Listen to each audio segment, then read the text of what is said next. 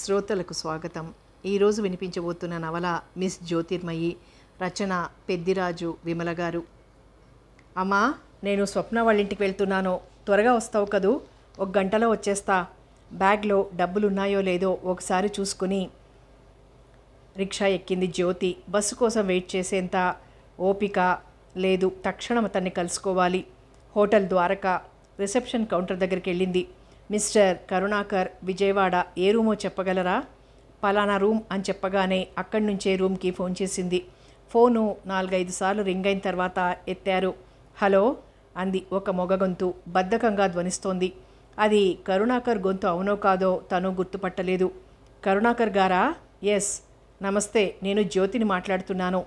కరుణాకర్ గొంతులో బద్ధకం పోయింది. నమస్తే నమస్తే, ఎక్కడి నుంచి ఫోన్ చేస్తున్నారు? ఇక్కడే కింద రిసెప్షన్లో ఉన్నాను. 1 నిమిషం వచ్చేస్తున్నాను. రూమ్కి రండి అనకపోవడంతో అతని సంస్కారం అర్థమైంది జ్యోతికి. 5 నిమిషాల తర్వాత అతను కిందికి వచ్చాడు. బాగా గాఢంగా నిద్రపోయి లేచినట్లు కళ్ళు కాస్త ఉబ్బి ఉన్నాయి. అప్పుడే మొహం కడుక్కొని రావటం వల్ల అతని దగ్గర సోపు, కొలోన్ పరిమళం వస్తోంది. క్రీమ్ కలర్ షర్టు, నీలం ప్యాంటు, ఆకు చెప్పులు వేసుకునున్నాడు. చెప్పండి అన్నాడు నవ్వుతూ. మీతో కాసేపు మాట్లాడాలి అంది జ్యోతి ఇబ్బందిగా. It is a pleasure for me అన్నాడతను నవ్వుతూనే. అటు ఇటు చూసింది జ్యోతి. చుట్టూతా మనుషులున్నారు. కరుణాకర్ అర్థం చేసుకున్నాడు. పోనీ ఒక పని చేయండి, నేను నౌబత్ పహాడ్ మీద ఉన్న టెంపుల్కి వెళ్తున్నాను, మీరు వచ్చేయండి, వెళుతూ మాట్లాడుకోవచ్చు తలూపింది జ్యోతి. నౌబత్ పహాడ్ అక్కడికి చాలా దగ్గర. చల్లటి తెల్లటి పాలరాతితో కట్టిన వెంకటేశ్వర స్వామి దేవాలయం. దీన్ని వెంకటేశ్వర స్వామి గుడి అని ఎవరు అనరు, బిర్లా మందిర్ అంటారు. బిర్లానే దేవుడైనట్లు. గమనించారో లేదో అన్నాడు కరుణాకర్ నవ్వుతూ. జ్యోతి కూడా నవ్వింది. గుళ్ళో కొబ్బరికాయలు కొట్టే పద్ధతి లేదు. నమస్కారం చేసుకుని ప్రసాదం తీసుకుని అక్కడే ఉన్న లాన్లో కూర్చున్నారు. ఇంకా చెప్పండి అన్నాడు కరుణాకర్. కాసేపు మౌనంగా ఉండి నేను చెడిపోయిన దాన్ని అంది జ్యోతి ఒక్క ముక్కలో. అలాగా అన్నట్లు చూశాడు కరుణాకర్. అతని కళ్ళల్లోకి సూటిగా చూస్తూ నిజంగానే చెబుతున్నాను, మీరు నమ్ముతున్నట్లు లేదు అంది. నమ్మకపోవడానికి కారణమేముంది? ఏ ఆడపిల్ల తనకు తాను అలాంటి అబద్ధపు సర్టిఫికేట్ ఇచ్చుకోదు అన్నాడు కరుణాకర్. అతని కళ్ళల్లో నవ్వు తొంగి చూస్తోంది. నిస్సహాయంగా చూసింది జ్యోతి. కరుణాకర్ గారు, నన్ను నమ్మండి. మీకు తెలియదేమో, నాకింతకుముందు 3 సంబంధాలు తప్పిపోయాయి అని ఒక్క క్షణం ఆగి తల వంచుకొని నాకు అని ఏదో చెప్పబోయింది. చెయ్యెత్తి వారించాడు కరుణాకర్. శ్యామ్ సుందర్ అనే అతనితో పరిచయం ఉంది. అదేగా మీరు చెప్పబోయేది? నాకు మీరు చెప్పబోయేది తెలుసు, శ్యామ్ సుందరు తెలుసు. షాక్ తిన్నట్లు చూసింది జ్యోతి. అయితే తన కీర్తి ఊరూరా వ్యాపించిందన్నమాట. ఇంకేం, బ్రతుకు సార్థకమైపోయింది తనది. శ్యామ్ సుందర్ మీ పరిచయం సంపాదించాడు. శ్యామ్ సుందర్ మిమ్మల్ని వదిలేశాడు. అలాగని అతనే చెప్పాడు నాతో గొప్పగా. ఇందులో మీ తప్పేమిటో నాకు అర్థం కావటం లేదు. జ్యోతి ఆశ్చర్యంగా చూసింది అతన్ని. తెలిసి కూడా నన్ను చూడ్డానికి వచ్చారా? అవును. ఎందుకు? పెళ్లి చేసుకోవడానికి అని నవ్వాడు కరుణాకర్. జ్యోతికి ఇది కలో నిజమో అర్థం కావటం లేదు. ఇలాంటి వాళ్ళు కూడా ఉంటారా? శ్యామ్ సుందర్ ఎలా తెలుసు మీకు అంది ఆశ్చర్యంలోంచి తేరుకున్నాక. విజయవాడలో బ్యాంక్ ఆఫీసర్గా పనిచేస్తున్నారు కదూ. నాకేదో లోన్ కావాల్సి వచ్చి ఆ బ్యాంక్ చుట్టూ తిరుగుతూ ఉండేవాణ్ణి. అతను నా చుట్టూ తిరుగుతూ తన ఖర్చులన్నీ నా మీద రుద్దేస్తూ ఉండేవాడు. మహా మాటకారి కదా, ఇట్టే స్నేహం చేసేసుకున్నాడు నాతో. ఒకరోజు పీకల దాకా తాగేసి చెప్పాడు తన ప్రతాపం. ఒక్కో ఊళ్ళో ఒక్కో అమ్మాయిని ఎలా ట్రాప్ చేసింది. తదేకంగా చూస్తూ వింటోంది జ్యోతి. కాస్తో కూస్తో మనసున్న మనిషిని కాబట్టి ఆ అమ్మాయి మీద జాలిపడ్డాను అనండి. నేను ఇంతలో అది కాకతాళీయం అనండి. విధి. అమ్మ ఒక సంబంధం చెప్పింది. పేరు జ్యోతిర్మయి, ఊరు హైదరాబాద్. బీఎస్సీ పాస్ అయింది. చటుక్కున శ్యామ్ సుందర్ చదివిన లిస్టు గుర్తొచ్చింది నాకు. అంతే. మిగతా కదా మీకు తెలుసు. Miss Jyothi, you need not worry. జరిగిన దాంట్లో మీ తప్పేం లేదు. అతనికి లొంగిపోవటం నా తప్పు. మీరు లొంగిపోలేదు, అతను లొంగ తీసుకున్నాడు. మాటలతో నన్నే పల్టీ కొట్టించగలిగినవాడు మిమ్మల్ని నమ్మించేయడం ఆశ్చర్యం కాదు. కాసేపు మౌనం. చాలా ఉదారంగా నన్ను పెళ్లి చేసుకుంటానంటాను అంటున్నారు. థ్యాంక్స్. అయినా నాకిప్పుడు పెళ్ళంటే మనసు విరిగిపోయింది. నాతో మీరు సుఖపడలేరు. ఐఎమ్ సారీ అంది జ్యోతి. విస్మయంగా చూశాడు కరుణాకర్. అదేమి జ్యోతి అలా అంటారు? నేను మీకు నచ్చలేదా? క్షమించండి, మీరే కాదు ఇంకెవరూ కూడా నచ్చరు నాకు. చెబుతున్నా కదా, నాకింకా మనసనేది మిగల్లేదు, చచ్చిపోయింది. మీరిలాగే ఉండిపోతే మీ అమ్మగారు నాన్నగారు బాధపడరా? జ్యోతి సమాధానం చెప్పలేదు. జ్యోతి, మిమ్మల్ని చేసుకోవాలి అనుకోవడంలో నా స్వార్థం లేదనుకోకండి. నాకు మీరు నచ్చారు, మీరు నాకు కావాలి నిట్టూర్చింది జ్యోతి. ఈ మాటలన్నీ ఒకప్పుడు ఇంకొకరి నోటి ద్వారా విన్నవే కరుణాకర్ గారు. అప్పట్లో వింటుంటే తన్మయంగా ఉండేది నాకు. ఇప్పుడెలా ఉందో తెలుసా? పచ్చని నచ్చని ఫ్లాప్ సినిమా రెండోసారి చూస్తున్నట్లుంది. అవే డైలాగులు, అవే భావ ప్రకటనలు, బోర్గా, అసహజంగా. సారీ, నేను మిమ్మల్ని ఏమీ అనటం లేదు. నా మానసిక స్థితి చెబుతున్నాను. జేబులో సిగరెట్ ప్యాకెట్ కోసం వెతుక్కుని సిగరెట్ తీసి అంటించాడు కరుణాకర్. నాకు తెలుసు, నేను అర్థం చేసుకోగలను. కాబట్టి నా తోడు మీకు కావాలి మిస్ జ్యోతి. శ్యామ్ సుందర్ కాకుండా ఇంకెవరన్నా మీ గురించి చెడ్డగా చెప్పి ఉంటే నాకు అలాంటి చులకన భావమే ఏర్పడి ఉండేదేమో.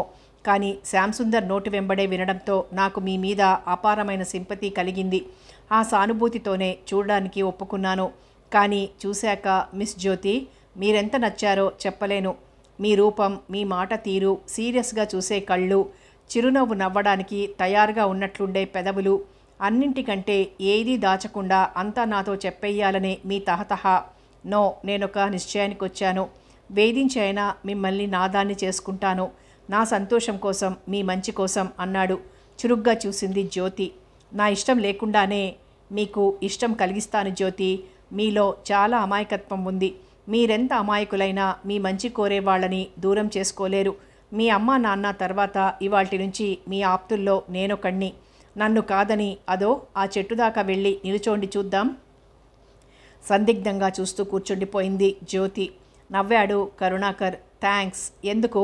వెళ్ళిపోనందుకు. వెళ్ళిపోలేరని నాకు తెలుసు. నేను మీకు కావలసిన వాణ్ణని మీకు తెలుసు. ఇంక వెళ్దాం అంది జ్యోతి అప్పుడు గుర్తొచ్చినట్లు. అలా అన్నారు, బావుంది. ఇద్దరం కలిసి వెళ్దాం.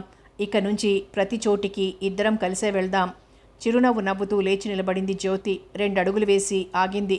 కరుణాకర్ గారు, నిజంగా నా మీద చులకన భావం లేదా మీకు? లేకపోతే నన్ను ఉద్ధరిద్దామని చేసుకుంటున్నారా? కరుణాకర్ కూడా ఆగాడు. మీరు నన్ను పెళ్లి చేసుకుంటే నన్ను ఉద్ధరించినట్లు లెక్క. చాలా రోజుల తర్వాత జ్యోతి మొహంలో సహజమైన నవ్వు తొణికిసలాడింది. మనసు తేలిక పడింది. మెట్లు దిగుతుండగా అసలు ఇలా ఎందుకు మీ దగ్గరకొచ్చేసి అన్ని విషయాలు చెప్పానో తెలుసా అంది జ్యోతి. చెప్పండి.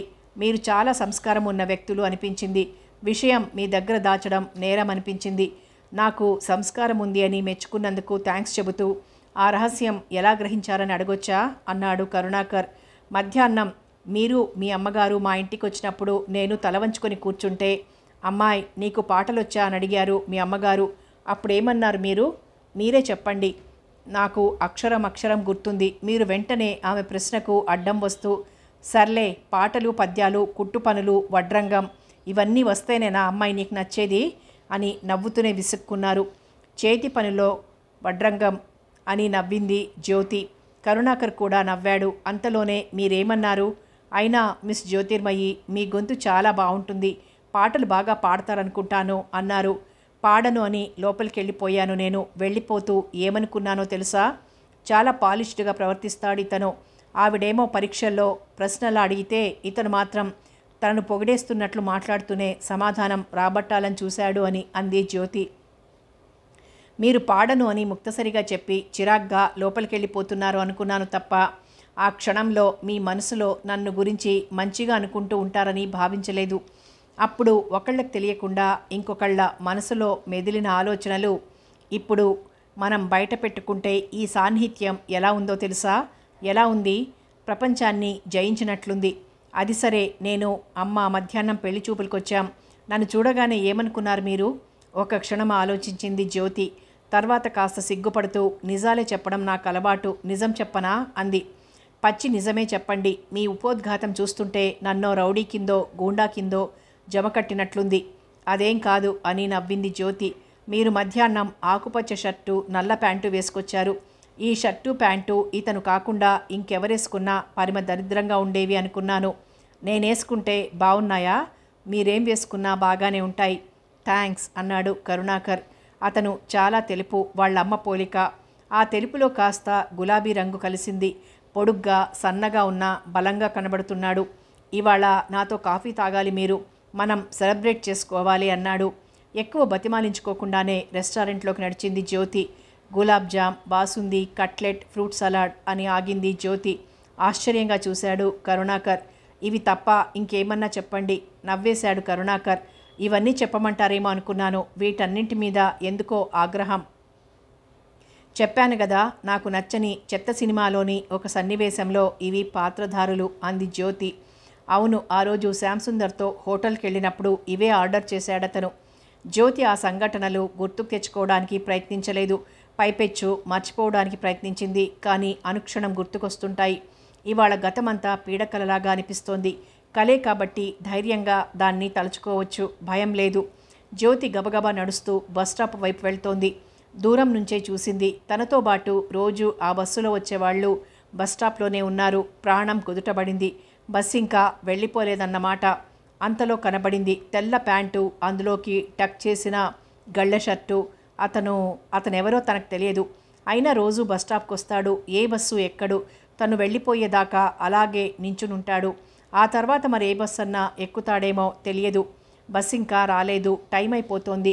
ఇవాళ పరీక్ష, ఓ అరగంట ముందు బయలుదేరుంటే బాగుండేది. అసహనంగా తను నిలబడి ఉంది. అతను యథాలాపంగా పచారులు చేస్తున్నట్లు దగ్గరికొచ్చాడు. గుండెలు భయంతో గబుగబులాడాయి. చేతిలో ఉన్న పుస్తకాల్ని గుండెలకి హత్తుకుంది. అతను కాస్త దూరంలో నిలబడ్డాడు. దాదాపు 2 నెలల నుంచి ఇదే వరుస, రోజూ వస్తాడు. అయితే జులాయి రకం కాదు, ఊరికే అలా నించునుంటాడు.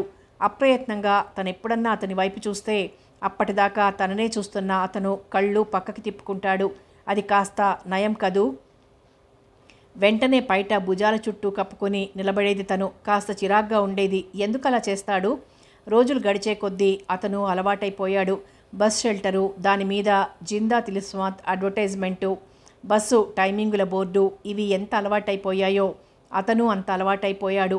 ఒకరోజు అతను రాలేదు. బస్టాప్కి రాగానే అతను రాలేదు అనుకుని ఆశ్చర్యపోయింది. అంత త్వరగా ఎలా గమనించింది తను? అతని కోసం వెతికాయా తన కళ్ళు? చచా, టైం ఎంతైందండి? ఉలిక్కిపడి చూసింది. అతను ఏం చెయ్యాలో వెంటనే తట్టక అలాగే చూస్తూ ఉండిపోయింది. May I know what is the time now please? 10:20 అనేసింది అప్రయత్నంగా. థ్యాంక్ యూ అని అక్కడే నిలబడ్డాడతను. ఓర కంటితో బస్టాప్లో జనాన్ని పరికించింది. 300 మందికి వాచీలున్నాయి. అయినా అతను ప్రత్యేకించి తననే అడిగాడు. తనసలు జవాబు చెప్పకుండా ఉండాల్సింది. తనెప్పుడూ అంతే. అర్జెంటుగా నిర్ణయానికి రావాల్సినప్పుడు ఎప్పుడూ తప్పు నిర్ణయమే తీసుకుంటుంది. కాలేజీకి లేట్ అయిపోయినట్లుంది మీకు. కొద్దిగా అనేసింది తను. రోజు కంటే 2 నిమిషాలు ఆలస్యంగా వచ్చారు, మీ బస్సు వెళ్ళిపోయింది అన్నాడు. ఈలోగా నిర్ణయానికి వచ్చేసింది జ్యోతి. ఇంకా ఇతనితో మాట్లాడకూడదు. మౌనంగా ఉండిపోయింది. నిమిషాలు పరిగెడుతున్నాయి. బస్సు రాలేదు. దృష్టి రిక్షాల మీదకి పోయింది. అప్పటిదాకా అక్కడ ఉన్న 2 రిక్షాలన్నీ ఎవరో ఎంగేజ్ చేసుకుని వెళ్ళిపోయారు. ఇంతలో ఎవరో చెప్పుకుంటున్నారు, అక్కడెక్కడో ఎవరో కండక్టర్ని స్టూడెంట్స్ కొట్టారట, అందుకని బస్సులన్నీ ఆగిపోయాయట. Lightning strike. ఆ మాట వినగానే ఒళ్ళంతా చెమట పట్టేసింది జ్యోతికి. కాలేజీకి ఎలా వెళ్ళడం? ఆదుర్దాగా ఆటోల కోసం చూసింది. సరిగ్గా 9 నిమిషాల టైం ఉంది ఇంకా. ఆటోలు ఆగకుండా విమానాల్లాగా వెళ్ళిపోతున్నాయి. ఒక ఖాళీ ఆటో వస్తుంటే అంత దూరంలోనే ఎవరో ఆపి ఎక్కేశారు. ఇంకో 2 నిమిషాల తర్వాత మరో ఖాళీ ఆటో వచ్చింది. అతను చెయ్యి చూపించి ఆపాడు. ఆగగానే దానిలో ఎక్కి కూర్చొని ఆక్రమించేసి జ్యోతి వైపు చూశాడు. మీకు అభ్యంతరం లేకపోతే మిమ్మల్ని కాలేజీ దగ్గర దింపేసి వెళ్ళిపోతాను. బస్టాప్లో అందరూ తననే చూస్తున్నారు. ప్రాణం చచ్చిపోయినట్లయినా తనకు పరీక్ష ముఖ్యం. ఆలస్యం కావటానికి వీల్లేదు. అతని వైపు చూడకుండా ఆటో ఎక్కింది. ఇబ్బందిగా ఒక మూల ఒదిగి కూర్చుంది. భుజం చుట్టూ పైట సరిగ్గా కప్పుకుంది. ఏ కాలేజీకి వెళ్లాలో ఆటో అతనితో చెప్పాడు. తన కాలేజు పేరు కూడా ఇతనికి తెలుసన్నమాట. ఆటో కదిలింది. గుండెలు గుబగుబా కొట్టుకుంటున్నాయి. పరీక్షకు వెళ్లాలనే ఆదుర్దా ఒకవైపు, ఎవరో అపరిచితుడితో ఆటోలో వెళుతున్నాను అనే భయం మరోవైపు. అతను బెదవేషాలేమీ వెయ్యలేదు. దూరంగానే కూర్చున్నాడు. 1 నిమిషం గడిచాక సిగరెట్ తీసి పెదవుల మధ్య పెట్టుకున్నాడు. ఆటో అంత స్పీడ్గా వెళ్తున్నా, గాలి అంత విసురుగా వీస్తున్నా, ఒడుపుగా కాస్త వంగి 2 చేతులతో దోసిలిలాగా చేసి అగ్గిపుల్ల వెలిగించి జ్యోతి అన్నాడు. తడబాటుతో ప్రశ్నార్థకంగా చూసింది అతని వైపు. తన పేరెలా తెలుసు అతనికి? నా చేతుల్లో వెలుగుతోంది జ్యోతి. మీ పేరు కూడా జ్యోతే అవునా? జ్యోతి మాట్లాడలేదు. మీ పేరెలా తెలిసింది అనుకుంటున్నారు కదూ? నేను షెర్లాక్ హోమ్స్ని కాదు, డిటెక్టివ్ యుగంధర్ని కాను, కేవలం శ్యామ్ సుందర్ని. శ్యామ్ సుందరా? అతని పేరు భలే నేర్పుగా చెప్పాడు. ఇంతకీ మీ పేరెలా తెలిసిందో చెప్పలేదు కదూ? మీ పుస్తకాల మీద చూసుకోండి. వి జ్యోతిర్మయి, బీఎస్సీ ఫైనల్ అని చెప్పట్లేదు ఆ అందమైన అక్షరాలు? అయినా పరీక్షలో కూడా పుస్తకాలు చదువుతారేమిటి మీరు? బావుంది. ఇవాళ తనకి పరీక్ష అని కూడా అతనికి తెలుసా? చాలా వివరాలే సేకరించాడన్నమాట. సరదాగా మాట్లాడతాడతను. అతను మాట్లాడుతుంటే వినాలనిపిస్తుంది. అసలైన డిటెక్టివ్లంటే మాత్రం దేవుళ్ళ ఏమిటండి? అందరికీ కనబడుతూనే ఉన్నా తక్కిన వాళ్ళెవ్వరూ గ్రహించలేని విషయాల్ని గమనించగలిగిన వాళ్ళు. అందులో కాస్త తెలివి ఉందిలేండి నాకు. మాట వరుసకి మీ విషయమే తీసుకోండి. మీరు దేవకన్యలా ఉంటారు. అసాధారణమైన అందం మీది. మరి బస్టాప్లో ఉన్న దేవతలంతా మిమ్మల్ని చూసి మూర్ఛపోకుండా మాటిమాటికి వాచీలు చూసుకుంటూ బస్సుల్ని గురించి, ఆఫీసుల్ని గురించి, కాలేజీల్ని గురించి ఎలా ఆలోచించగలరు? నా మట్టుకు నేను మీరు బస్సెక్కి వెళ్ళిపోయే వరకు ఇంకే విషయం గురించి ఆలోచించను. మీరెళ్ళిపోయాక అప్పుడు ఆటో ఎక్కి అరగంట ఆలస్యంగా బ్యాంకుకి వెళ్తాను. ఈ 2 నెలలలో నేను ఆటోలో వెళ్ళని రోజు, నాకు బ్యాంక్లో రెడ్ మార్కు పడని రోజు లేదు. మీరు దేవకన్యలని ఏ విధవ గ్రహించలేదు, నేను తప్ప. అయితే ఇతను బ్యాంక్లో పనిచేస్తాడన్నమాట. ఏ బ్యాంక్ అయితే తనకేం? అతను తన అందాన్ని పొగుడుతూనే ఉన్నాడు. జ్యోతికి ఈ అనుభవం కొత్తగా ఉంది. మాట్లాడకుండా రోడ్డు వైపు చూస్తూ కూర్చుంది. అతను తనని పరీక్షగా చూస్తున్నాడని కళ్లకు కనబడకపోయినా మనసుకి తెలుస్తోంది. శ్యామ్ సుందర్ చూస్తున్నాడు. సన్నగా బంగారపు తీగలా ఉంది జ్యోతి. బంగారం లాంటి ఒంటి రంగు నేవీ బ్లూ చీరే, రంగురంగుల నిలువుచారల సిల్కు జాకెట్టు, మెడలో ఒంటిపేట గొలుసు, కాళ్లకి తెలుపు నలుపు ఎరుపు పట్టీలున్న చెప్పులు. కాలేజ్ ఇంకో 100 గజాలుందనగానే ఆటోని ఆపమంది జ్యోతి. అతనితో కలిసి రావడం అందరూ చూస్తే బాగుండదు. దిగి విని వినపడకుండా థ్యాంక్స్ అని చెప్పింది. ఇవాళ బ్యాంకుకి లేటుగా కూడా వెళ్ళను. వెళ్ళి హోటల్లో భోంచేసి సినిమా చూసి హాయిగా నిద్రపోతాను. ఇవాళ సెలబ్రేట్ చేసుకోవాల్సిన రోజు నాకు. పెదవులు దాటిన చిరునవ్వు నవ్వి వెనక్కి తిరగబోయింది జ్యోతి. మిస్ జ్యోతి అని పిలిచాడు శ్యామ్ సుందర్. జ్యోతి ఆగింది. రేపటి నుంచి మీరు కాలేజీకి, నేను బ్యాంకుకి టైంలో వెళ్ళే ఉపాయం చెప్పమంటారా? ఇద్దరం బస్సు కోసం వెయిటింగ్ మానేసి ఆటోలో వెళ్తే సరి. వద్దొద్దు ప్లీజ్ అని వెళ్ళిపోయింది జ్యోతి.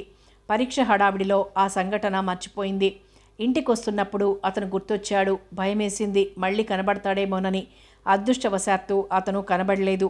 మనసంతా అలజడిగా ఉంది. ఎందుకిలా జరిగింది? ఇవాళ ముక్కు మొహం తెలియని వాడితో తన ఆటోలో రావటమేమిటి? అతనేదో పిచ్చి పిచ్చిగా తన అందాన్ని పొగిడేస్తుంటే తను మాట్లాడకుండా ఊరుకోవడమేమిటి? ఇక నుంచి అలా జరగడానికి వీల్లేదు. ఇంకా 4 రోజులు పరీక్షలు, తర్వాత సెలవులు. ఈ 4 రోజులు ఈ బస్టాప్కి రాదు. తను కాస్త దూరం వెనక్కి నడిచి ముందు బస్టాప్లో ఎక్కుతుంది. ఎందుకలా ఉన్నావు అని 10 సార్లు అడిగింది అమ్మ ఆ రోజు.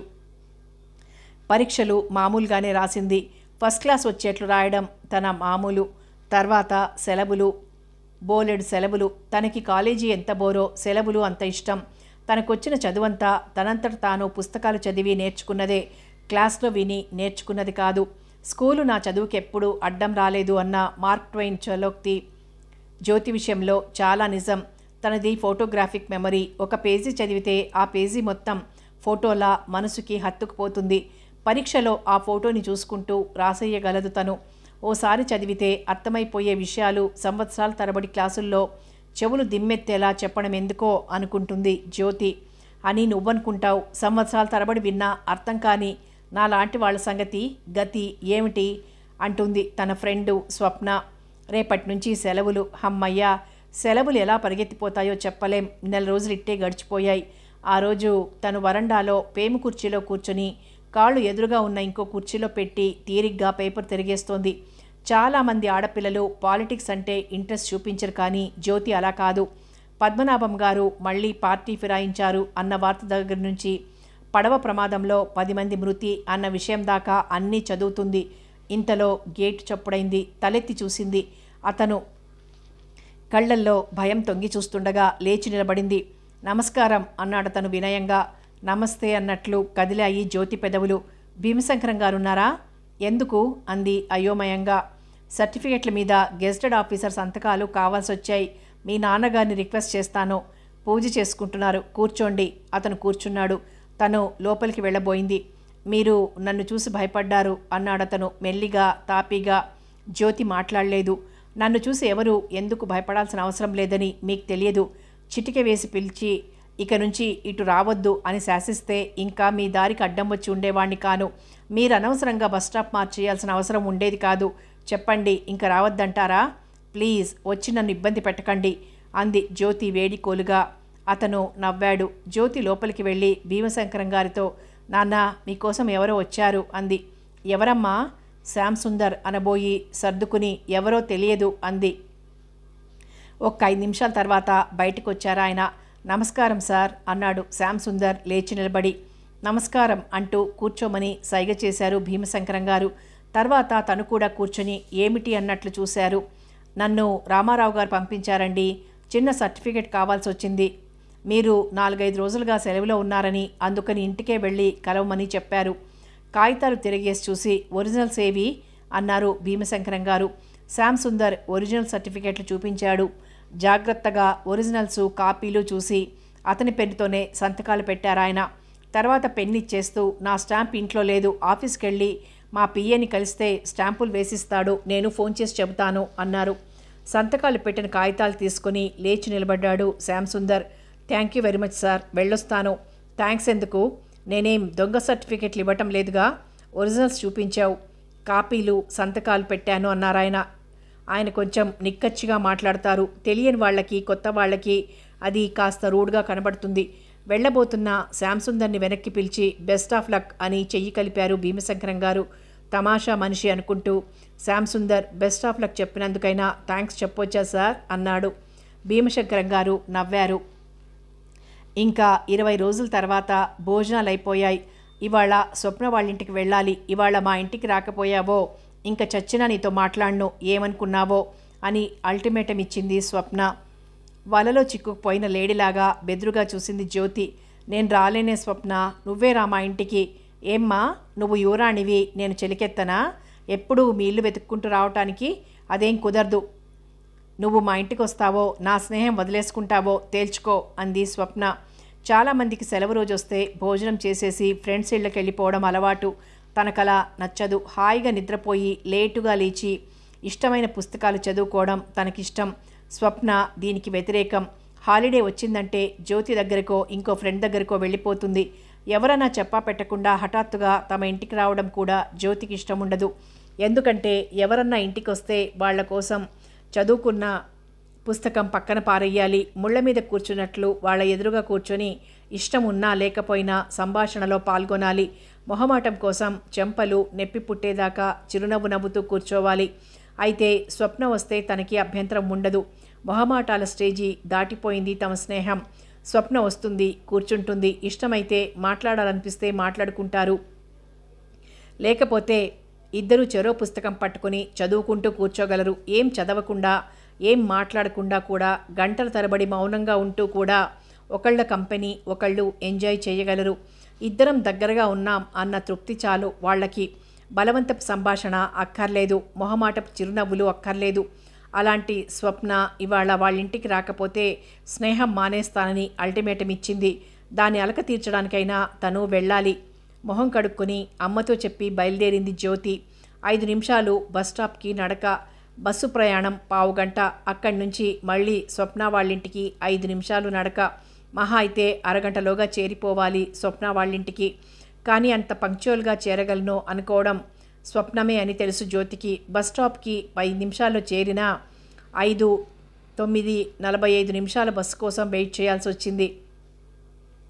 బస్సు దిగి 10 అడుగులు వేసిందో లేదో, హలో మిస్ జ్యోతి, సర్ప్రైజ్ అని వినబడిందో గొంతు. ఉలిక్కిపడి చూసింది జ్యోతి. శ్యామ్ సుందర్. మాట్లాడకుండా 3 అడుగులు వేసింది. మాట తప్పాననుకుంటున్నారా? లేదు లేదు, నేను మీ దారికి అడ్డం రాలేదు, మీరే నా దారిలోకి వచ్చారు. ఈ సందులోనే మా ఇల్లు. చిన్నగా నవ్వింది జ్యోతి. ఈ సందులోనే మా ఫ్రెండ్ ఇల్లు కూడాను. ఎవరు? స్వప్నాని. ఓ ఆ అమ్మాయా? నాలాగే నల్లగా, నాలాగే అనాకారిగా ఉంటుంది కదూ. మాట్లాడకుండా అతని వైపు చూసింది. అవును, శ్యామ్ సుందర్ పేరుకి తగ్గట్టు ఉండడు. బాగా సన్నం, అందులో నలుపు. అంత తీరుగా లేని ముఖ కవళికలు. అతనిలో ప్రత్యేకత అతని గొంతొక్కటే. బేస్ వాయిస్ అతనిది. స్పష్టంగా రేడియో అనౌన్సర్లు మాట్లాడినట్టు మాట్లాడతాడు. ఆ మాట్లాడడం కూడా తడుముకోకుండా మాట్లాడగలడు. మడత నలగని బట్టలేసుకుంటాడు. నలిగిన మడతలు కనిపించే బట్టలు వేసుకోడు. చురుగ్గా మెరుస్తూ ఉంటాయి అతని కళ్ళు. ఎప్పుడూ పరిశుభ్రంగా కడిగిన నల్ల ముత్యంలా ఉంటాడు. అతని దగ్గర ఎప్పుడూ పౌడర్ సువాసన వస్తుంటుంది. అతను దగ్గరికి వస్తే ఇతను ఎప్పుడెళ్ళిపోతాడా అనిపించదెవరికి. అలాంటి వాళ్ళు ఉంటేనే పార్టీలు హుషారుగా ఉంటాయి. అలాంటి వాళ్ళు వస్తేనే పిక్నిక్లు సరదాగా ఉంటాయి. అతను చమత్కారంగా మాట్లాడగలడు. చమత్కారంగా లేని సాదా మాటల్ని కూడా తమాషా భావప్రకటనలతో సరదాగా చెప్పగలడు. సో మీ ఫ్రెండు ఇక్కడుంటుందన్నమాట. మరి నేను మిమ్మల్ని ఈ ప్రాంతాల్లో ఎప్పుడూ చూడలేదేమిటి చెప్పమా? ఎప్పుడు అదే మా ఇంటికి వస్తుంది. నేను ఎవరింటికి వెళ్ళను. నాకు బోర్ అంది జ్యోతి. నేను అటే వస్తున్నాను. మీ పక్కన కానీ మీ వెనక కానీ నడవచ్చా? కనీసం ఒక ఫర్లాంగ్ వెనక నడవనిచ్చినా చాలు నవ్వింది జ్యోతి. బావుంది. రోడ్డు నా స్వంతమా? పక్కన నడిచాడు శ్యాంసుందర్. చంద్రుడి మీద మొట్టమొదటిసారిగా నడిచిన ఆస్ట్రోనాట్స్కి ఎంత గర్వంగా అనిపించిందో నాకు తెలియదు, కానీ నాకు కలిగినంత గర్వం కలిగి ఉండదు. మీ పక్కన నడవడం కంటే చంద్రుడి మీద నడవడం గొప్ప చెప్పండి. చిరునవ్వు పెదవుల కింద తొక్కిపట్టి నడుస్తోంది జ్యోతి. నేను మీ పక్కన నడుస్తుంటే మీకు అవమానంగా లేదు కదా? కాకి ముక్కున దొండపండులాగా అప్సరస లాంటి మీ పక్కన అనాకారినైనా నేను సారీ, ఆ సామెత మనకు వర్తించదేమో. అందమైన భార్య, అసహ్యంగా ఉండే మొగుడు రోడ్డు మీద పోతుంటే అలా అనుకోవాలి ఎవరైనా.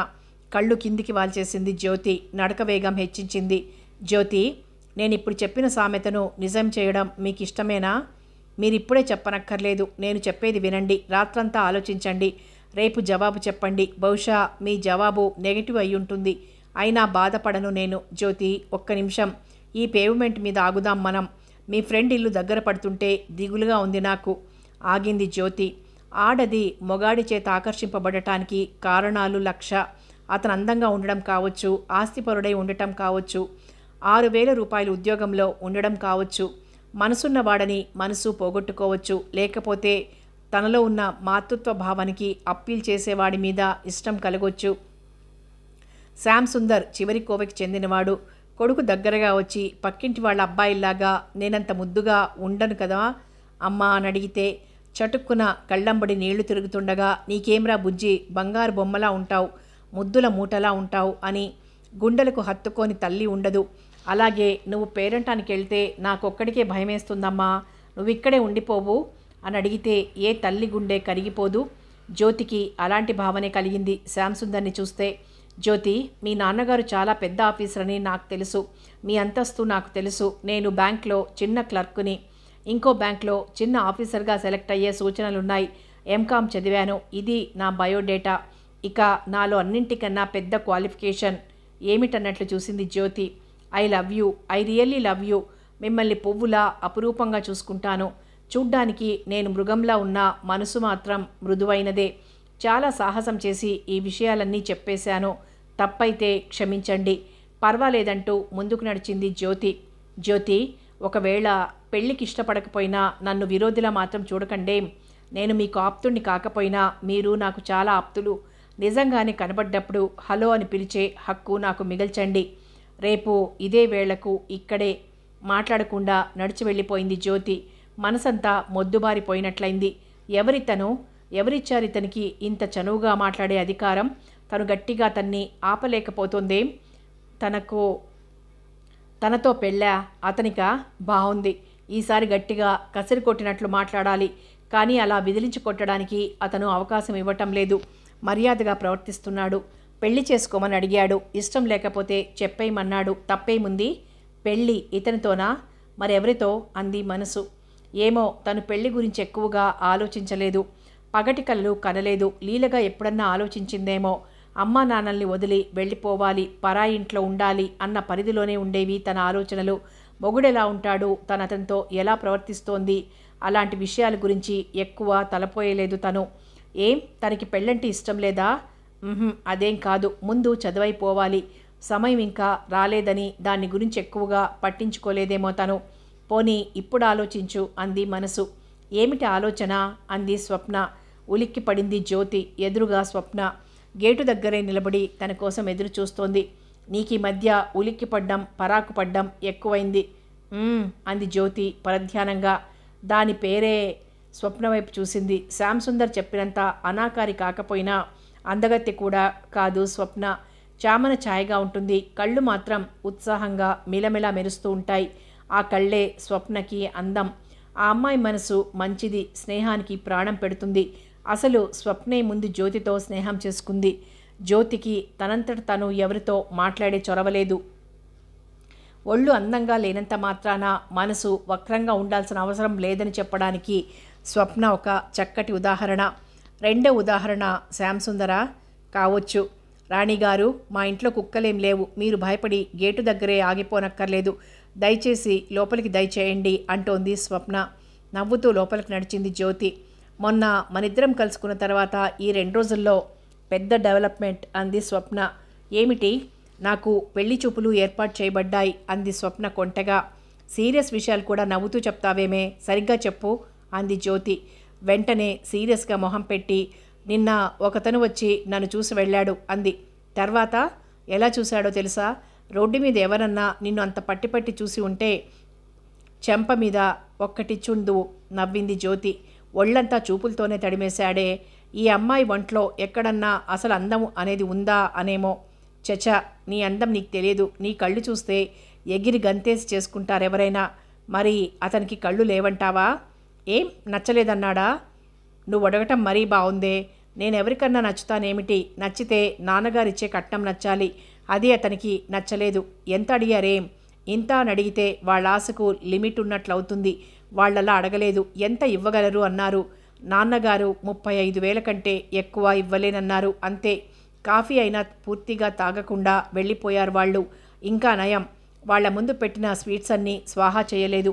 ఆ స్వీట్స్ అన్నీ పని మనిషికి ఇచ్చేస్తే ఎంత సంతోషించిందో తెలుసా? చాటంతా మొహం చేసుకుని తీసుకెళ్ళి ఆప్యాయంగా పిల్లలకు పెట్టుకుంది.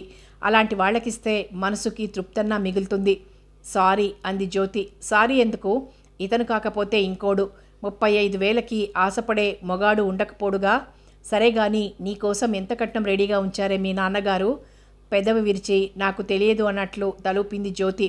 చెప్పబోయ్, 2 చేతులా సంపాదించుకుంటున్న డాక్టర్ గారమ్మాయివి. నీకే 35,000 అయితే జీతం రాళ్ల మీద బతికే ఆఫీసర్ కూతుర్ని నాకేమివ్వగలరు మా వాళ్ళు? బహుశా 20-25 ఇస్తారేమో. నేనైతే 5 మంది ఆడపిల్లల మధ్య పుట్టిందాన్ని. నువ్వు ఒక్కగానొక్క కూతురివి కదా. ఒకే కూతుర్ని అయినా సంపాదించడానికి ఒకే మార్గం మా నాన్నగారికి జీతం. మరి మీ నాన్నగారికో జీతము వస్తుంది, ప్రాక్టీసు ఉంది. అవును, మీ నాన్నగారికి పై డబ్బులు తీసుకునే ప్రాక్టీస్ లేదు కదూ అని నవ్వుతూ లోపలికెళ్ళి ట్రేలో 2 కప్పుల కాఫీ, ఒక అందమైన ఖరీదైన డైరీ, అంతకంటే అందమైన బాల్ పాయింట్ పెన్ను తెచ్చి అక్కడ పెట్టింది. ఏమిటివి అంది జ్యోతి. కాఫీ అమ్మ ఇచ్చింది. డైరీ, బాల్ పాయింట్ ఏవో మెడికల్ కంపెనీవి. నాన్నగారు నీకిమ్మన్నారు. వాళ్ళు ఇమ్మన్నవి ప్రేమతో మోసుకొచ్చింది నేను, నీ స్వప్నని అంది. కాఫీ తాగుతూ డైరీ తెరిచి చూసింది జ్యోతి. తనకు డైరీ రాయటం అలవాటు, అది స్వప్నకు తెలుసు. స్వప్న వాళ్ళకి డైరీలు ఇంకా తదితర అడ్వర్టైజ్మెంట్ ఆర్టికల్స్ కుప్పలు తెప్పలుగా వస్తుంటాయి. వాటిల్లో చక్కటి అందమైన డైరీ తీసి తనకిస్తుంది స్వప్న ప్రతి సంవత్సరం. థ్యాంక్స్ అంది జ్యోతి. ఈ డైరీలో పేజీలు అయిపోయేలోగా నీకు చాలా శుభం జరగాలి. అది నువ్వు డైరీలో రాసుకొని నాకు చూపించాలి. చాలా సౌభాగ్యవతివై 1000 ఏళ్ళు వర్ధిల్లు అంది స్వప్న నాటక ఫక్కీలో. స్వప్నతో శ్యామ్ సుందర్ సంగతి చెప్పేద్దామా అనిపించింది ఒక్క క్షణం సేపు. ఎందుకో చెప్పలేకపోయింది. శ్యామ్ సుందర్ తన భర్త, తను శ్యామ్ సుందర్ భార్య. ఎందుకో ఈక్వేషన్ కుదరలేదు. మొదటిసారిగా పెళ్లి గురించి, వైవాహిక జీవితం గురించి వివరంగా ఆలోచించింది. శ్యామ్ సుందర్తో షికార్లు, శ్యామ్ సుందర్తో సినిమాలు, శ్యామ్ సుందర్తో కబుర్లు. సిగ్గేసింది. తనంతట తను నిర్ణయం తీసుకోవడం బాగుంటుందా? అమ్మా నాన్నల మీద వదిలేస్తే వాళ్ళు మంచి సంబంధమే తెస్తారు. అబ్బాయి బాగున్నాడా, మంచి కుటుంబమేనా, మంచి ఉద్యోగమేనా అని చూస్తారు. తనంతట తను చేసుకోవాల్సిన కారణం ఏముంది? తనంటే ఇష్టపడుతున్నాడు. బహుశా కట్నం లేకుండా చేసుకుంటాడేమో. ఒకవేళ ఈ సంబంధం కుదిరితే నాన్నగారికి 25,000 మిగిల్చెందవుతుంది. తను ఒక 2 గంటలు గడిచిన తర్వాత ఇంటికెళ్ళడానికి బయలుదేరింది జ్యోతి. వెంటనే స్వప్న కూడా మొహం కడుక్కొని చీర మార్చుకొని వచ్చేసి, పద నేను మీ ఇంటికి వస్తాను అంది. బావుందే, ఇప్పటిదాకా నేను మీ ఇంట్లో ఉన్నాను, ఇప్పుడు నువ్వు నాతో మా ఇంటికి వస్తావు. మనం మొగుడు పెళ్ళాలమని పేరు పెట్టి ఏడుస్తుంటారు ఫ్రెండ్స్ అంతా, ఇందుకే అంది జ్యోతి నవ్వుతూ. ఏడ్చేవాళ్ళని ఏడవని, నవ్వేవాళ్ళ అదృష్టమేమని, ఏడ్చేవాళ్ళని ఏడవని అని హమ్ చేసి, ఇంతకీ నువ్వు మొగుడివా పెళ్ళానివా అంది స్వప్న. నువ్వే కదే దౌర్జన్యంగా మాట్లాడుతూ అన్ని నిర్ణయాలు తీసుకునేది. నేనేమో నోరెత్తకుండా నువ్వు చెప్పినట్లు వింటుంటాను. అందుకని నువ్వే మొగుడివి, నేను పెళ్ళాన్ని అంది జ్యోతి. గుడ్, అయితే మొగుడనేవాడు దౌర్జన్యంగా ప్రవర్తించాలన్నమాట. ఆడది పరమ సాధ్విలాగా పడుండాలి. ఈ ధర్మ సూక్ష్మం పెళ్లి కాకముందే నీకు అర్థమైపోయిందే, బాగుపడతావు అంది స్వప్న. ఇద్దరూ కబుర్లు చెప్పుకుంటూ బస్సు కంటే నడకే హాయి అనుకుంటూ జ్యోతి వాళ్ళ ఇల్లు చేరారు. జ్యోతి వాళ్ళ అమ్మ సావిత్రి నవ్వుతూ ఎదురొచ్చింది. ఏం చేశావమ్మా, నువ్వు స్వప్నని వెంటబెట్టుకొస్తావని అంటూ ఇద్దరిని వంటింట్లోకి తీసుకెళ్లి కూర్చోబెట్టింది. ఇద్దరి కోసం 2 ప్లేట్లలో పలహారాలు ఎదురు చూస్తున్నాయి. మర్నాడు ఇదే సమయానికి అదే స్థలంలో నిలబడ్డాడు శ్యాంసుందర్. పావు గంట, అరగంట, గంట, 2 గంటల సేపు ఆ 25 గజాల మేరలోనే పచారు చేశాక చుట్టుపక్కల షాపుల వాళ్ళు అతన్ని కొందరు అనుమానంగా, కొందరు వింతగా చూడడం మొదలెట్టారు. ఉస్సూరంటూ నిరుత్సాహంగా ఒక ఫర్లాంగ్ దూరం నడిచి ఒక హోటల్లో ప్రవేశించాడు. వాష్ బేసిన్ దగ్గర మొహం కడుక్కొని కర్చీఫ్తో తుడుచుకుంటూ వచ్చి కాఫీ ఆర్డర్ చేశాడు. జ్యోతి వచ్చి ఉంటే ఇద్దరూ కూర్చుని మాట్లాడుకుంటూ కాఫీ తాగొచ్చనుకున్నాడు. జ్యోతి రాలేదు. తను చెప్పింది జ్యోతికి సరిగ్గా వినపడిందా? తను సరిగ్గానే చెప్పాడా? ఇవాళనుకుందో రేపనుకుందో? అన్ని అనుమానాల్లోంచి కొత్త ఆశలు. అవును, తను సరిగా వినిపించుకునుండదు. రేపు వస్తుందేమో. వస్తే ఎంత బాగుంటుంది. అసలు జ్యోతి ఎంత బాగుంటుంది. ఎర్రటి అంచు పసుపు పచ్చ చీర కట్టుకున్న రోజున తను నిజంగా చిరు మంటలాగా, నవజ్యోతిలాగా ఉంటుంది. జ్యోతి తనదైతే స్వర్గం. తనింకా ఎక్కువ రోజులు ఈ ఊళ్ళో ఉండడు. ఆఫీసర్గా తనకి పోస్టింగ్స్ వచ్చేటట్లున్నాయి. మెడికల్ ఎగ్జామినేషన్ అయిపోయింది అప్పుడే. మహా అయితే ఇంకో 2 నెలలు. ఆ తర్వాత ఇంకా జ్యోతి దర్శనభాగ్యం ఉండదు తనకు. జ్యోతి ఎందుకింత ఆకర్షిస్తోంది తనని? నిర్మలంగా ఉంటాయి ఆ కళ్ళు. ఆ కళ్ళల్లో మంచితనం కనబడుతుంది. అమాయకంగా ఉంటుంది. మొహంలో ఎక్స్ప్రెషన్. తన ఒంటి అందం తనకే తెలియనట్లుండే అమాయకత్వం. సాలార్జంగ్ మ్యూజియంలో వీనస్ శిల్పం. ఆ శిల్పానికి ఒంటి నిండా బట్ట కడితే జ్యోతిలా ఉంటుందేమో. దాదాపు జ్యోతి అంత బాగుంటుందేమో. వీనస్ శిల్పం తెల్లటి పాలరాతిది. పాలిపోయినట్లుండే పాలరాయి. ఆ పాలరాతిని కరిగించిన బంగారంలో ఒకసారి ముంచి, అది చల్లబడడానికి చిక్కటి తేనెలో ముంచి, ఆరాక గులాబీ రేకులతో పాలిష్ చేస్తే ఎంత అందంగా ఉంటుందో ఆ విగ్రహం. దాదాపు జ్యోతి అంత అందంగా ఉండొచ్చు. జ్యోతి రాలేదు. మనసంతా నిరుత్సాహంగా అయిపోయింది. మనసులో దిగులుంటే మందేసుకో అంటాడు తన మిత్రుడొకడు. మందంటే టింక్చర్ అయోడిన్ అనుకోకు రోయ్, అది గాయాలకి మందు. ఒంటికి జ్వరం వస్తే పెన్సిలిన్ మందు. ఒళ్ళు వేడెక్కితే అమ్మాయి మందు. మనసు బాలేకపోతే మందే మందు. రాజాది రాజులాగా అది మందులకు మందు అనేవాడు. వాడు అలవాటు చేసిందే ఇది. ఒకేసారి టాప్కి వెళ్ళిపోకురోయ్, ముందు బీరకాయలతో మొదలుపెట్టు అని బీర్ తాగించాడు వాడు తన ఖర్చు మీదే. అదేమిటో విచిత్ర ప్రవృత్తి. ఎప్పుడూ తాగని వాడికి తాగించాలంటే అతి సంతోషంగా ఖర్చు పెడతారు కొందరు. సిగరెట్ మొహం ఎరగనివాడు సిగరెట్ తాగుతానంటే డన్హిల్ సిగరెట్ ప్యాకెట్ తెప్పించడానికి రెడీగా ఉంటారు. మంచివాడిని చెడగొడుతున్నామన్న తృప్త, లేకపోతే ఇప్పటిదాకా చెడు మార్గంలో పోతున్నవాణ్ణి బాగు చేస్తున్నాము అన్న సంతృప్త? హుషారుగా ఫీల్ అవుతూ తనకు బీరు తాగించాడు వాడు. ఇది ఉత్త ఉపద్రవమోయ్, అసలు ద్రవాలు క్రమక్రమంగా తాగుదువుగాని అంటూ. తనిప్పుడు ఉపద్రవాలు అసలు ద్రవాలు దాటి సోడా కలపకుండా విస్కీ తాగే స్థితికొచ్చాడు. ఇవాళ అదే చేస్తాడు తను. క్వార్టర్స్ తాగేసి జ్యోతిని మర్చిపోవాలి కనీసం ఇవాల్టికి.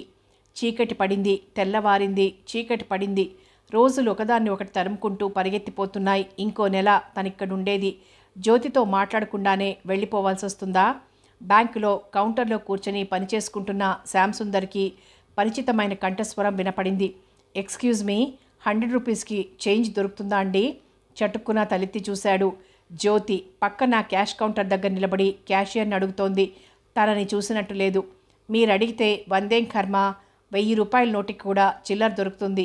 అఫ్కోర్స్ 1000 రూపాయల నోట్లు చలామణిలో లేకపోయినా సరే. తెల్లబోయి ఇటు చూసింది జ్యోతి. శ్యాంసుందర్ కనబడంగానే మీరా అంది సంభ్రమంగా. ముమ్మూర్తులా నేనే అంటూ కౌంటర్లోంచి బయటకొచ్చాడు శ్యాంసుందర్. పక్కనున్న తన్ని తన కౌంటర్ని కూడా చూసుకోమని చెప్పాడు. పర్సులో చిల్లర వేసుకురావటం మర్చిపోయాను. ఇంకా నయం, ఈ 100 నోట్ అన్నా ఉంది. బయట రిక్షా ఉంది. స్టేషన్కి వెళ్ళి స్వప్నకి సెండ్ ఆఫ్ ఇవ్వాలి. రిక్షా దిగి పర్స్ చూసుకుంటే చిల్లర లేదు. ఎదురుగుండా బ్యాంక్ కనపడింది. ఇక్కడ చిల్లర దొరకొచ్చులే అని ఇలా వచ్చాను. అలాంటి అవాంతరం వస్తే వెంటనే బ్యాంకుకి వచ్చేస్తూ ఉండండి మీరు. మా బ్యాంకు మీ సర్వీస్ కోసమే అన్నాడతను నవ్వుతూ. జ్యోతి కూడా నవ్వింది. మీరు తడబడుతూ మాట్లాడుతున్నారు. నన్ను చూస్తే మీకు భయం పోలేదు అవునా అన్నాడతను. జ్యోతి మాట్లాడలేదు. రైట్, మీరు మీ ఫ్రెండ్కి సెండ్ ఆఫ్ ఇచ్చిరండి. నేను స్టేషన్ బయటే మీకోసం నిలబడి ఉంటాను. అర్జెంటుగా మీతో 5 నిమిషాలన్నా మాట్లాడాలి. నాకు భయపడి మీరు మీ ఫ్రెండ్తో పాటు రైలు ఎక్కేసి హఠాత్తుగా ఊరెళ్ళిపోయారనుకోండి, నేను ఆ తర్వాత వచ్చే రైలు కింద తలపెట్టేస్తాను. ఇది బెదిరింపు కాదు, హెచ్చరిక అన్నాడు తమాషాగా. అంటూనే బయటికొచ్చాడు. రిక్షా అతనికి తనే డబ్బులిచ్చేశాడు. జ్యోతి వారిస్తున్నా వినలేదు. జ్యోతి వాచ్ చూసుకొని హడావిడిగా స్టేషన్లోకి నడిచింది. అతను అంతకంటే త్వరగా నడిచి ప్లాట్ఫారం టికెట్ తీసుకుని తన చేతిలో పెట్టాడు. ట్రైన్ కదలటానికి ఇంకా 4 నిమిషాలే ఉంది. అతను పరిగెత్తుకెళ్ళి టికెట్ కొనడం వల్ల 2 నిమిషాలు మిగిలాయి. ఆ రోజు ఆటోలో కాలేజీ దగ్గర దింపినట్లే ఇవాళ సహాయం చేశాడనుకుంది జ్యోతి. అతను గేటు దగ్గరే నిలబడిపోయాడు. స్టేషన్కి ఒకటే గేటు ఉంటే బావుండు. 2 గేట్లున్నాయి. నేను ఇక్కడ ఎదురు చూస్తుంటానని బహుశా మీరు 2వ గేట్లోంచి వెళ్ళిపోతారేమో అన్నాడు. జ్యోతి ఒక్క క్షణం ఆగి ఈ గేట్ నుంచే వస్తాను అని వెళ్ళిపోయింది. సంతోషంగా నవ్వుతూ టీ స్టాల్ దగ్గరికి వెళ్ళి టీ తాగి సిగరెట్ అంటించాడు శ్యామ్ సుందర్. దాదాపు పరుగులాంటి నడకతో స్టేషన్లోకి వెళ్ళిన జ్యోతికి తను తొందరపడ్డం అనవసరమని ఆలస్యంగా తెలిసింది. రైలు అరగంట ఆలస్యంగా బయలుదేరుతుందట. 2 టైర్ కంపార్ట్మెంట్లోంచి చెయ్యి ఊపింది స్వప్న. నీ ప్రయాణం కాదు కానీ పరిగెత్తి చచ్చిపోయానే అంది జ్యోతి. ఏమైంది? తను బయలుదేరడం, ఆటో దొరక్కపోవడం, బస్ కోసం వెయిట్ చేయడం, బస్సు సగం దూరంలో ఫెయిల్ అవ్వడం, రిక్షా కోసం వెతకడం, తొందరలో చిల్లర మర్చిపోవడం, చిల్లర కోసం బ్యాంకుకు వెళ్ళడం. అక్కడి దాకా చెప్పి స్వప్న, ఇన్నాళ్ళ నుంచి ఒక సంగతి చెప్పలేదే నీకు అంది. ఎవరా అబ్బాయి అంది స్వప్న తక్షణం. జ్యోతి కళ్ళు పెద్దవి చేసి చూసింది. ఎలా గ్రహించావు? మరి ప్రాణ స్నేహితురానికి కూడా చెప్పకుండా దాచిపెట్టిన రహస్యం ఏముంటుందే? ప్రాణం కంటే ఎక్కువ అనిపించే ఫ్రెండ్ దొరుకుంటాడు అంటూ రైలు దిగింది స్వప్న. దిగకే, రైలు కదులుతుందేమో అంది జ్యోతి. జోకులయ్యకు. ఈ ట్రైన్ కరెక్ట్ టైంకి బయలుదేరితే ఇంటికి వెళ్ళేటప్పుడు నీకు బస్సు దొరికినంత ఒట్టు.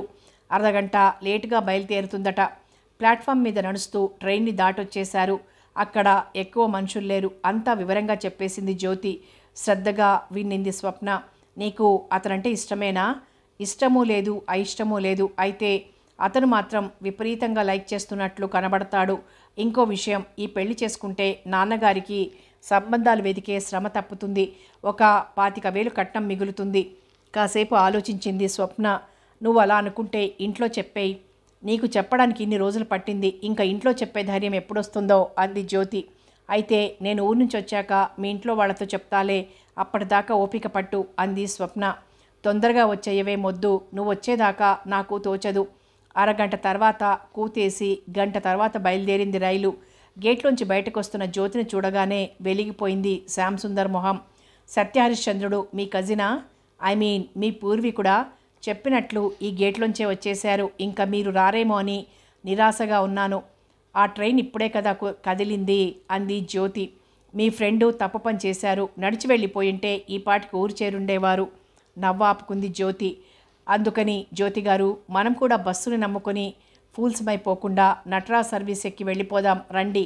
అదేమిటి అంటే కాలినడక, ఒంటికి ఆరోగ్యం.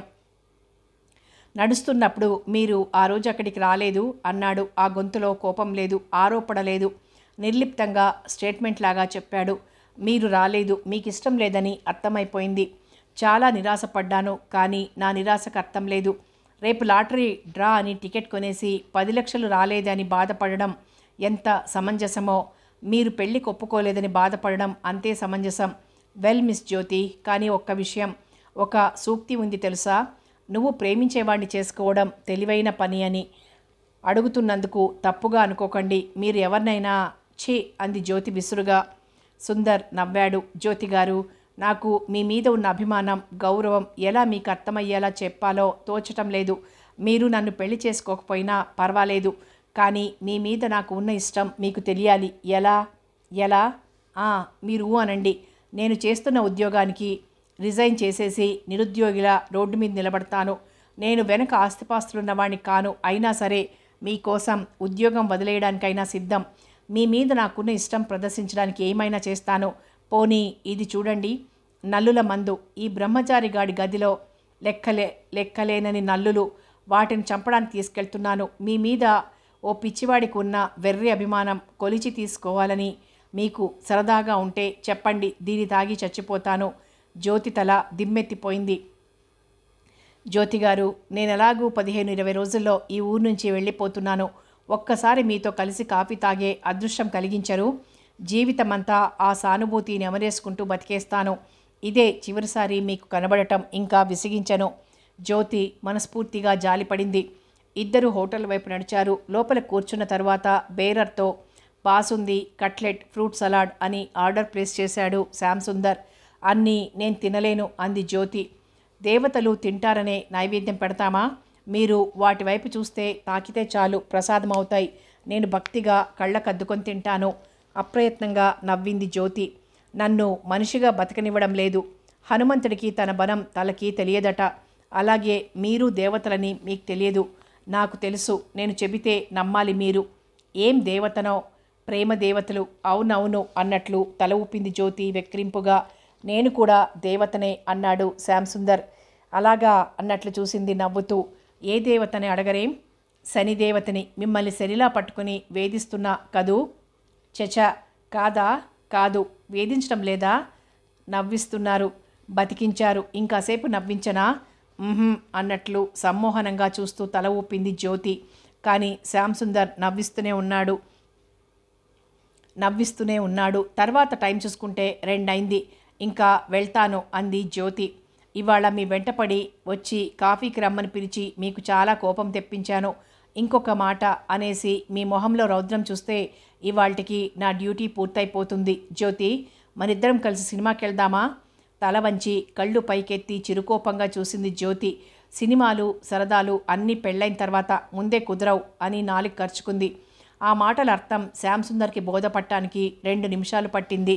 అర్థం అవగానే అతని మొహం 1000 వాల్ట్ బల్బులాగా వెలిగిపోయింది. థ్యాంక్ యూ అన్నాడు ఉత్సాహంగా. జ్యోతి సిగ్గుతో తల వంచేసుకుంది. చూడు బేరర్, బాసుందితో పాటు గులాబ్ జామ్ కూడా తీసుకురా అన్నాడు శ్యామ్ సుందర్ కుర్చీలో కూర్చోలేక సతమతమైపోతూ. ఏడవకు అన్నాడు శ్యామ్ సుందర్ జ్యోతి భుజం మీద చెయ్యేస్తూ. కళ్ళు ఎర్రబడి ఉన్నాయి. చెయ్యి వెనక్కి తిప్పి కళ్ళు నులుముకుంది. శ్యామ్ సుందర్ కుర్చీలో కూర్చుని సిగరెట్ వెలిగించాడు. అదొక పెద్ద ఇల్లు. అందులో గ్యారేజీ మీద కట్టిన చిన్న రూమ్. దానికే అటాచ్డ్ బాత్రూమ్ ఉంది. ఆ రూమ్లోంచి నేరుగా రోడ్డు మీదకి మెట్లున్నాయి. చూడగానే ఆ రూమ్కి ఆడతోడు లేదని తెలుస్తోంది. ఇవాల్టి దాకా లేదు. ఇవాళ జ్యోతి ఆ రూమ్లో అడుగు పెట్టడంతో కాస్త కళ వచ్చింది. కుడికాలు ముందు మోపి రాలేదు జ్యోతి. మెట్ల మీద నుంచుని లోపలికి రావటానికి భయం అంటున్న జ్యోతిని డోంట్ బి సిల్లీ అంటూ శ్యామ్ సుందర్ చనువుగా సుతారంగా కానీ నిశ్చయంగా లోపలికి నెట్టినప్పుడు బ్యాలెన్స్ తప్పి తప్పటడుగు వేసి ఎడంకాలు ముందు పెట్టింది. తలుపుని ఆధారం చేసుకొని నిలదొక్కుకోగానే గదంతా ఒకసారి పరికించి చూసింది. అతను బ్రహ్మచారి అయినా రూమ్ చిందరవందరగా లేదు. మంచం మీద నీలం రంగు బెడ్షీట్తో శుభ్రంగా కనబడుతున్న పరుపు, పక్కనే టీపాయ్, దానిమీద యాస్ట్రే, కొన్ని నావల్సు, కిటికీలకి కర్టెన్లు, ఒక కిటికీ మీదకి పాకుతున్న మనీ ప్లాంట్, 10-15 జతల బట్టలు నీట్గా హ్యాంగర్లకు తగిలించున్నాయి. ఇదే నా గుహ అన్నాడు శ్యామ్ సుందర్. నువ్వు పెద్ద పెద్ద కళ్ళతో బెదిరిపోయి చూస్తుంటే అచ్చం లేడిపిల్లలా ఉన్నావు. నేను పులిని సింహాన్ని కాకపోయినా నిన్ను తినేయాలనిపిస్తోంది. అలా మాట్లాడకండి, నిజంగానే నాకు భయం అంది జ్యోతి. గదిలో కుర్చీలు మాత్రం లేవు. పక్క పోర్షన్ వాళ్ళింట్లో ఏదో ఫంక్షన్ అట. కుర్చీలు పట్టుకెళ్ళిపోయారు. అలా బెడ్ మీద కూర్చో అన్నాడు శ్యామ్ సుందర్. తర్వాత తను బెడ్ మీద కాస్త దూరంగా కూర్చున్నాడు. ఆ దూరం ఎక్కువసేపు నిలవలేదు. కబుర్లు అంగుళాల్ని మింగేశాయి. తర్వాత దగ్గరగా, అతి దగ్గరగా. అది గుర్తొచ్చి కళ్ళెంబడి నీళ్లు తిరుగుతున్నాయి జ్యోతికి. నా తప్పే, ఐఎమ్ సారీ అన్నాడు మెల్లిగా. కాసేపు అలాగే చూస్తూ కూర్చుండిపోయి తర్వాత బాత్రూంలోకి వెళ్ళి మొహం కడుక్కుని వచ్చింది జ్యోతి. అలా కోపంగా చూడకు. కావాలంటే ఇదిగో ఈ చాకు తీసుకొని పొడిచేయి. అలాంటి అఘాయిత్యపు మాటలు మాట్లాడే నన్ను బెదరగొట్టేసి మీ రూమ్కి తీసుకొచ్చారు. సున్నితమైన దౌర్జన్యం మీది. మీతో కలిసి సినిమాకి వచ్చేదాకా భోజనం మానేసి గడ్డం పెంచారు. మీ రూమ్కి రాకపోతే చాకుతో వేలు కోసేసుకుంటానని, పొటాషియం సైనైడ్ మింగేస్తానని బెదిరించారు. రూమ్కి వస్తే ఉత్త కబుర్లు చెప్పుకోవడం తప్ప ఇంకేం ఉండదన్నారు. ఇప్పుడు జరిగిందేమిటి అంది కోపం, నవ్వు, దుఃఖం, సిగ్గు కలిసిన గొంతుతో.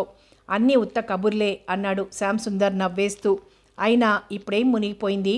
అందరికీ ఆఫ్టర్ మ్యారేజ్ ఫస్ట్ నైట్ అయితే మనకి బిఫోర్ మ్యారేజ్ ఆఫ్టర్నూన్, అంతే తేడా. పెళ్ళికి ముందే అంది జ్యోతి ఎత్తి పొడుపుగా. బావుంది, పెళ్ళికి ముందే అని మనం అందరికీ టామ్ చేస్తామేమిటి? అదొక్కటే తక్కువ అంది జ్యోతి కోపాన్ని కప్పేస్తున్నా నవ్వొస్తుంటే. శ్యామ్ సుందర్ వచ్చి జ్యోతి ఒళ్ళో తలపెట్టి పడుకున్నాడు. మీ ఇంటికి వచ్చి చెప్పేస్తాను. ఏమని అంది కుతూహలంగా. ఇలా నువ్వు నాతో రూమ్కి వచ్చావని. చెప్పండి అంది జ్యోతి ఉక్రోషంగా అంటూ దూరంగా జరిగింది. నవ్వాడు శ్యామ్ సుందర్. నిజమే జ్యోతి, ఇంకా ఆలస్యం చేయడానికి వీల్లేదు. ఇవాళ్ళో రేపో మీ నాన్నగారిని రిక్వెస్ట్ చేస్తాను. ఏమని? జ్యోతి అనే బంగారు బొమ్మని శ్యామ్ సుందర్ అనే ఈ అనాకారికిచ్చి పెళ్లి చేయమని. అబ్బబ్బా, మాటి మాటికి మిమ్మల్ని మీరు అలా తక్కువ చేసుకుంటారెందుకు అంది జ్యోతి కోపంగా. అనాకారి కానా? నా కళ్ళకి మీరు చాలా అందంగా కనబడతారు. కనబడటమేమిటి, నిజంగానే చాలా బాగుంటారు. తా వలచింది రంభ అన్న సామెత తిరగబడిందిక్కడ అన్నాడు శ్యామ్ సుందర్. ఇంకా మేం వెళ్ళడానికి పర్మిషన్ ఇస్తారా? ఇక్కడికి రావడం నీకెంత కష్టమో వెళ్ళిపోవడం నాకంత కష్టం. ఆ కష్టాలు కొన్నాళ్ళు తప్పవు శ్యామ్ సుందర్ గారు. కాస్త పైట మీద లేవండి, వెళ్ళాలి. శ్యామ్ సుందర్ తలుపు దాకా వచ్చి పునర్దర్శనం అన్నాడు.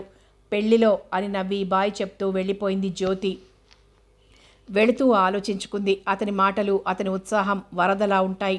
ఆ వరదలో కొట్టుకుపోయింది వాళ్ళ తను. కొట్టుకుపోయి అతని రూమ్లో తేలింది. కానీ కవులు వర్ణించినట్లు స్వర్గసుఖాలలో తేలిపోలేదు. భయం భయం అతనితో పాటు రూమ్కొచ్చింది. ఏమవుతుంది? రాకపోయి ఉంటే ఏమయ్యేది? అతను నిజంగా చాకుతో వేలు కోసేసుకునేవాడా? సైనైడ్ మింగేసేవాడా? తన మీద అలకతో చచ్చిపోయేవాడా? తను క్షణికమైన సుఖాల కోసం అతనితో రాలేదు. పెళ్లి కాకముందే ఇలా అవుతోంది అన్న బాధ, అతని మాట వినకపోతే నొచ్చుకుంటాడేమో అన్న భయం, ఇవే ఉన్నాయి తన మనసులో. నిజంగా తను ఏమాత్రం ఆనందం అనుభవించలేదు. ఒక్కసారి అన్నాడు. ఒక్కసారి అయిపోయింది. ఇంకా పెళ్ళైపోయేదాకా అతన్ని కలుసుకోకూడదు. రేపు వస్తాట, నాన్నగారితో మాట్లాడతాడట. రేపు నాన్నగారికి అభ్యంతరం ఉండబోదు. అతను చదువుకున్నవాడు, ఉద్యోగం చేసుకుంటున్నవాడు, పైకి పోయే అవకాశాలు ఉన్నవాడు, కట్నం తీసుకోనని నిశ్చయించుకున్నవాడు, అన్నింటికన్నా మించి తనకి నచ్చినవాడు. కథ కొనసాగుతుంది.